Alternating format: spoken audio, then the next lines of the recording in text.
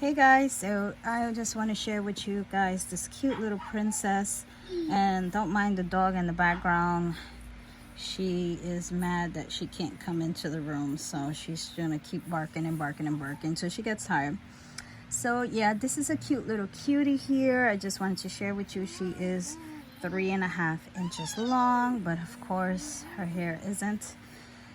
These are my Repunzel dolls. I'm calling them because their hair is just so long. So their arms are movable. You can move them up and down.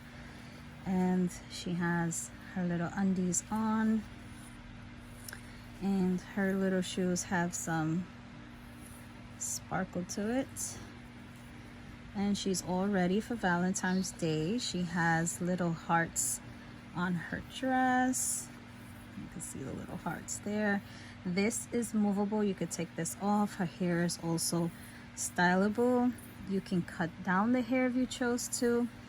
You can make 2 pigtails if you want it. The choice is all yours, but they are just so uber cute. Just love them. So she will be going up in my Etsy shop. So if you are interested, head down to my Etsy shop. That's Crafty Kim Shop, all one word, on Etsy, and I will show you the next few dolls. Say bye. Bye.